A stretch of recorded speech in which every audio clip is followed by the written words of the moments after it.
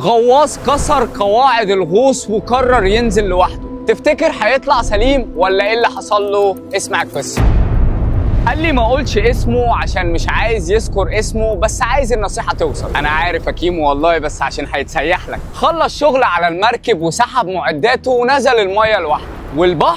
البحر بيحب الناس اللي فاكره نفسها اشجع من الطبيعي وبيعرف يربي. نزل صاحبنا سولو والدنيا تمام، عزف فقاعات ولوحه فنيه طبيعيه قدامه واسماك حواليه. بس فجأة بدأ يحس بحاجة غريبة، التنفس زاد وبقى أسرع والضغط طبعا بيزيد. هو فاكر نفسه مغامر، بس الفيزياء تحت المية ما بتهزرش. واللي زاد على كده قالك بدأت أحس اللي فيه ظل ورايا ماشي. صديقي الجميل، رحبوا معايا بالعدو الأول عند حالات الخوف، دماغك. أول لما الخوف يدخل دماغك العقل بيبقى كرييتيف في الأفكار السلبية وتديك كمية تخيلات وتهيؤات فله. والفكرة ان هو لوحده، يعني لو حصل له حاجة مفيش الزميل اللي هيساعدك ويطلعك وياخدك للسطح. صاحبنا قرر يطلع، ومع الصعود الخوف بيزيد والتنفس بيعلى والدماغ بتتوتر اكتر، ومع ذلك طلع سليم.